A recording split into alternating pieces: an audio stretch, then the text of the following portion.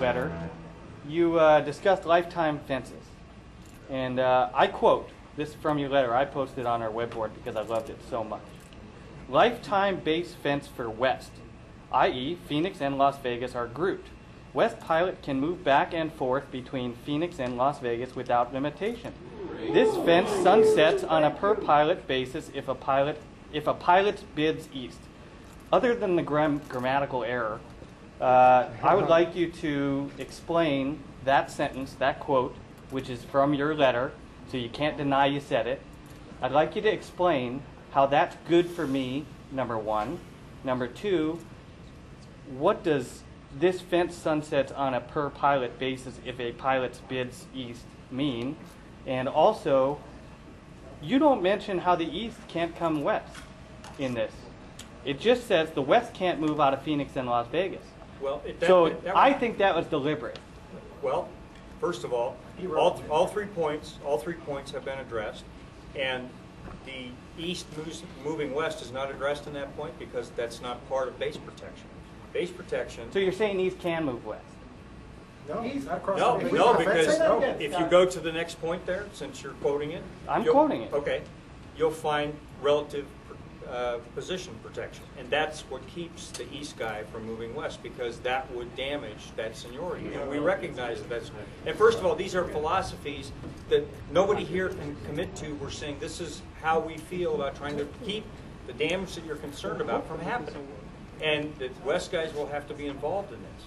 And so the lifetime protection is there. First of all, we said lifetime. We actually think that that would be bad for the West Pilot, even if that's what you Then why did you say it? Because it was. Do you realize that lifetime fence?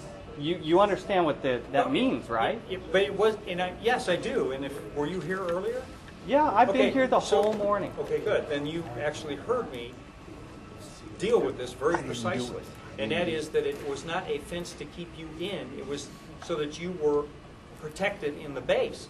And in fact, you can leave anytime you want, as is indicated by the sunset, which strictly means you could stay here just as one day before. You could go back and forth between Phoenix and Vegas, and we have no idea how much of that goes on, but we said you can do it now. You were able to do it then, you should be able to do it now. So we're going to protect that right. And if you decide you want to leave and go to a former east base, at that point you wouldn't be protected in the west because you would voluntarily. That's what sunset means. And this decision would be up to you. So it's, in essence, just as we said, one day before the merger, you had Phoenix and Vegas. One day after the merger, you got Phoenix and Vegas. And however, if you want to go to one of the other bases, you can do so, but you lose that protection. And it's not without precedence. There's all kinds of fences that are created that you're protected as long as you want, but if you decide you want to leave, you lose that protection, but you've made a proactive decision to go enjoy a bigger airline.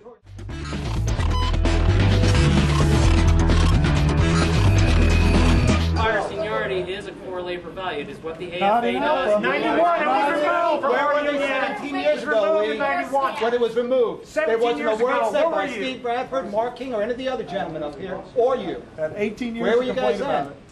17 years ago, when it was removed, Mark. I participated in my union for 20 years, so I screwed up. And now I am. So blame us. No, you're not. You're destroying your union, Mark. You're destroying it at our expense. We have to pay the price for your decision? For your screw-up? Yeah. That's what you're saying. Where were you 17 years ago, gentlemen? Answer the question. At some point in my career, I no longer have the right to become a union person. I no longer have the right to participate. Not at my expense. Right. That's right. Exactly. So your sole purpose is to not get us money, but to just staple us? No, you don't. There is no staple. Data hire is a staple. Let me go back to the questions.